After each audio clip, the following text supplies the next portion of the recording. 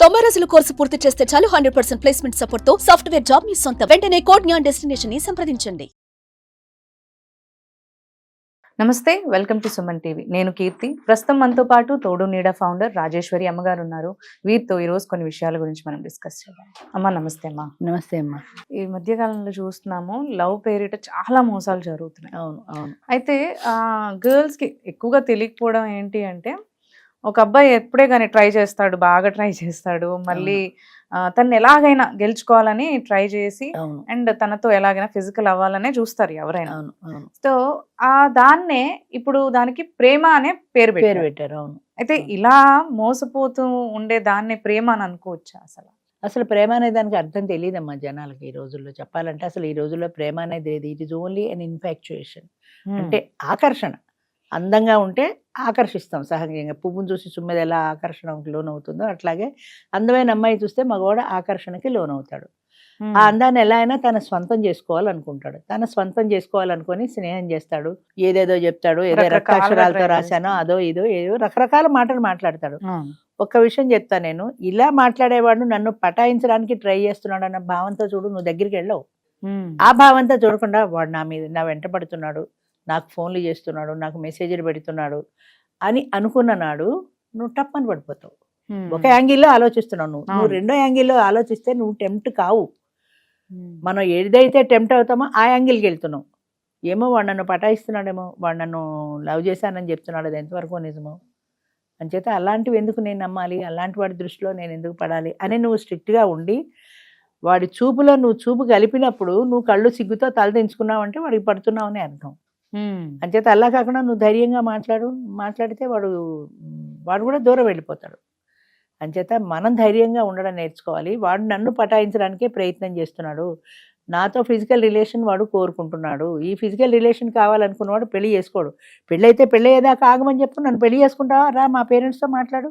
అసలు ముందు చదువుకునేవాడు, ఇంటర్మీడియట్ వాడు, నువ్వు నన్ను ఏం పెళ్లి చేసుకుంటావు, ముందు నువ్వు చదువుకో, ఉద్యోగం చేసుకో, అప్పుడు నా దగ్గరికి రా, అప్పుడు నా పేరెంట్స్ తో మాట్లాడు. మాట అంటారమ్మా, అంటే నీకు నా మీద నమ్మకం లేదా, లేదు నన్ను లేదు ప్రేమించట్లేదా, లేదు అని ఎందుకు చెప్పరు, లేదు అని ఎందుకు చెప్పరు, నీ మీద నమ్మకం లేదు నాకు.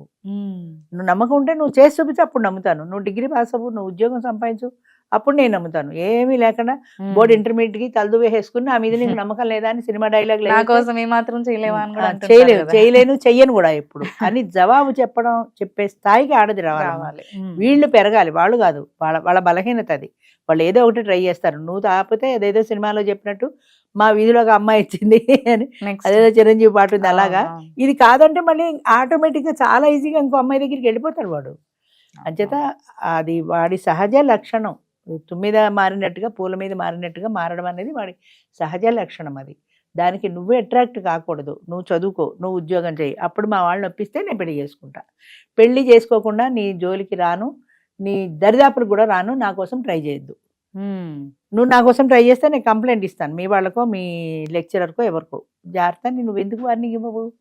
వాడు నా కోసం మెసేజ్ పెట్టాడు తెలుసా, రాత్రి 1 గంటకి ఫోన్ చేసి గ్రీటింగ్ చెప్పాడు తెలుసా అని ఏదో దిక్కుమాలి 2 కబుర్లకి ఎందుకు పడిపోతారు ఆడవాళ్ళు. చాలా బలహీన మనస్సులు ఈ విషయంలో మాత్రం, చాలా ఎమోషనల్ కూడా ఆడవాళ్ళు. అందుకే 2 కబుర్లు చెప్పగానే టప్పని పడిపోతారు. 16 ఏళ్ళకైనా 60 ఏళ్ళకైనా నాకు తేడా కనపడలేదమ్మా. ఇంత జీవితాన్ని చూసి చెప్తున్నా నేను, ఇంతమంది ఆడవాళ్ళని చూసి చెప్తున్నా. 60 ఏళ్ల వయసులో కూడా ఇంకా ఇప్పటికీ 2 కబుర్లు చెప్తే పడిపోయే వాళ్ళు ఉన్నారు 60 ఏళ్ల వయసులో కూడా. ఆల్రెడీ ఒక అమ్మాయి పెళ్లి కాకపోయినా గానీ అక్కడ అబ్బాయికి పెళ్లి అయిపోయి ఉంటది, ఫ్యామిలీ ఉంటది, కానీ నీ మీద ప్రేమని వెంటబడుతూ ఉంటాడు. ఒక ఆవిడ వచ్చింది నాకు మెంబర్ గా.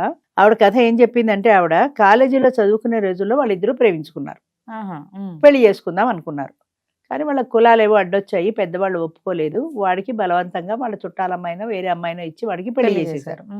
పెళ్లి చేసుకుని వచ్చి ఈడోళ్ళో తల పెట్టుకుని ఏడిచాడు, నేను నిన్నే చేసుకోవాలనుకున్నాను, మా వాళ్ళు ఒప్పుకోలేదు, మా అమ్మ నూతులో దూకి చేస్తానంది, ఎమోషనల్ బ్లాక్ మెయిలింగ్ చేశారు, తప్పనిసరి ఆ అమ్మాయిని పెళ్లి చేసుకున్నాను, కానీ నా మనసు అంతా నువ్వే అని. ఈవిడ కరిగిపోయింది ఆ మాట అనగానే.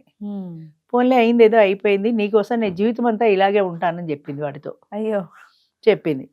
అది బాగానే ఉంది, అంతవరకు బాగానే ఉంది. వాడు అప్పుడప్పుడు వచ్చి ఈవిడ దగ్గర ఉండేవాడు, ఆ పెళ్ళాని దగ్గర ఉండేవాడు. పెళ్ళానికి పిల్లల్ని కన్నాడు, 2-3 పిల్లలు కూడా పుట్టారు పెళ్ళానికి. అప్పుడప్పుడు ఈవిడ దగ్గరికి కూడా వచ్చి నా మనసులో నువ్వే ఉన్నావు అంటే, నీకు బుద్ధి లేదా, వాడు అక్కడ పిల్లల్ని అంటున్నాడు, అది ఏమన్నా తెలుస్తుందా నీకు? ఎలా తెలియటల్లా? అవును వాడు మనసంతా నేనే ఉన్నాను అనుకుంది, ఇక్కడ వీడితో సంసారం మొదలెట్టింది, పెళ్లి చేసుకోలేదు, ఆవిడకో 50 ఏళ్ళు వచ్చేసి ఈ ప్రక్రియలో. ఓ వాడి పిల్ల పెళ్ళిడికి కూడా వచ్చింది, ఆ పుట్టిన పిల్ల పెళ్ళిడికి వచ్చింది. వాడికి డబ్బులు అవసరమయ్యాయి, ఇది ఒక్కతే ఉంది కదా, బోల్ డబ్బులు సంపాదిస్తుంది, టీచర్ ఉద్యోగం చేస్తోంది. అంచేత నా కూతురు నీ కూతురు కాదా, నా పిల్లలు నీ పిల్లలు కాదా, ఎవరైనా ఒకటే కదా, నా పిల్ల పెళ్ళికి వచ్చింది, ఇప్పుడు దాన్ని పెళ్లి చేసేస్తే ఇంకా నాకు ఒక బాధ్యత తీరిపోతుంది, అప్పుడు నేను నీ దగ్గరికి వచ్చినా పర్వాలేదు, అంచేత నీ పొలం ఏదో ఉంది అది బేరం పెట్టేయి, అది బేరం పెట్టి నాకు ఇస్తే నేను పెళ్లి చేస్తా అన్నాడు. నా డబ్బు నీది కాదా, నీ డబ్బు నాది కాదా అనేప్పటికీ పడిపోయింది. నీ డబ్బు నా డబ్బు ఒకటేలా అవుతుంది, నువ్వు హాయిగా పెళ్లి చేసుకున్నావు, సంసారం చేస్తున్నావు, నీకోసం నేను పెళ్లి పెడాకులు మానేసి ఇలా తగలబడ్డాను కదా అనకుండా వాడికి అమ్మేసింది, డబ్బులు కూడా ఇచ్చింది. ఇది రియల్ స్టోరీ, నిజంగా చెప్తున్నా ఇది. వాడికి డబ్బులు ఇచ్చింది, ఆ డబ్బులు ఇచ్చుకున్నాడు, చక్కగా కూతురు పెళ్లి చేశాడు, వాడి పబ్బం తీరిపోయింది. అంచేత ఇప్పుడు ఇంకా కొన్నాళ్ళు అయిపోయాక ఆమెకు తెలిసింది, వాడు రావడం మానేశాడు, ఏదో సంథింగ్ జరిగింది, వాడు ఈవిడ దగ్గర డబ్బు దశకం అంతా అయిపోయిన తర్వాత గోకేశాక ఇంకెందుకు దీని దగ్గర వేస్ట్ అనుకున్నాడు, రావడం మానేశాడు. అప్పుడు ఈవిడికి పెళ్లి చేసుకోవాలనిపించాడు, 50 ఏళ్ళు ఎత్తి మీదకి వచ్చాయి. అప్పుడు మా దగ్గరికి వచ్చింది, మా దగ్గరికి వచ్చి ఈ కథ చెప్పింది. నేను ఇలా మోసపోయాను, నేను ఇలా వాడిని నమ్మాను, ఇన్నేళ్ళు వాడి కోసం ఉన్నాను, వాడు కూతురు పెళ్లి చేసుకున్నాడు, నా ఆస్తి అంతా కూడా ఇచ్చాను, నా పిల్లలు నీ పిల్లలు కాదా అంటే నా పిల్లలే అనుకున్నాను, చివరికి వాళ్ళు దూరం అయ్యారు, వాడు దూరం అయ్యాడు. అయ్యో ఎవరు నష్టపోయారు ఈ కథలో? ఆవిడే నష్టపోయింది. వాడు హాయిగా పెళ్లి చేసుకున్నాడు, నిన్ను ఫ్రీగా వాడుకున్నాడు, వాడి సంసారం వాడు చేసుకున్నాడు, పిల్లలతో వాడు బాగానే ఉన్నాడు, నీ డబ్బంతా కొరికి వాడు పెళ్లి కూడా చేసుకున్నాడు. ఎవరు తెలివి తక్కువ వాళ్ళు ఇందులో, ఎవరు తెలివైన వాళ్ళు?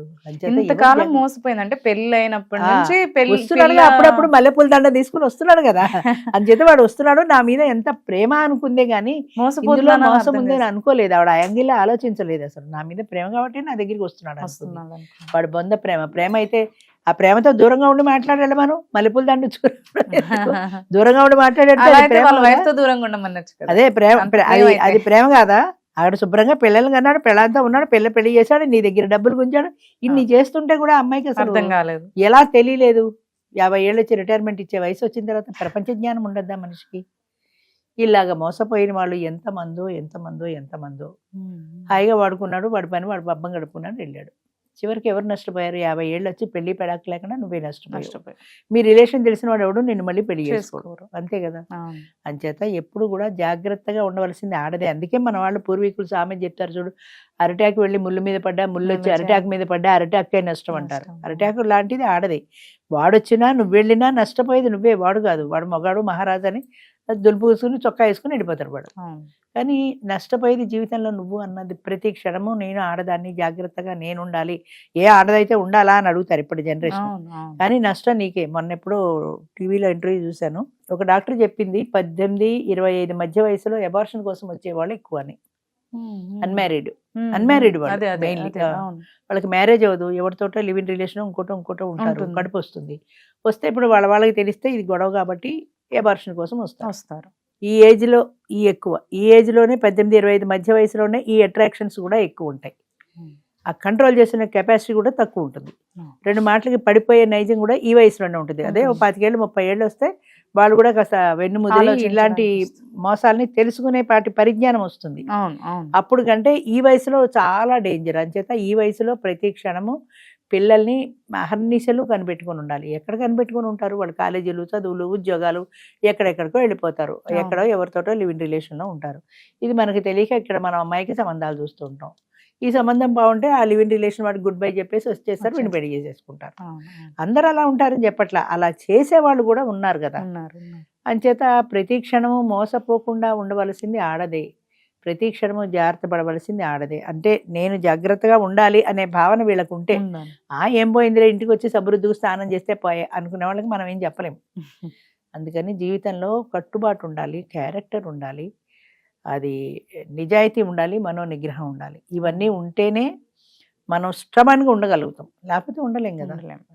థ్యాంక్ యూ అమ్మా. సుమన్ టీవీలో మీ పర్సనల్ అండ్ బిజినెస్ ప్రమోషన్స్ కోసం కింది నెంబర్కి కాంటాక్ట్ చేయండి.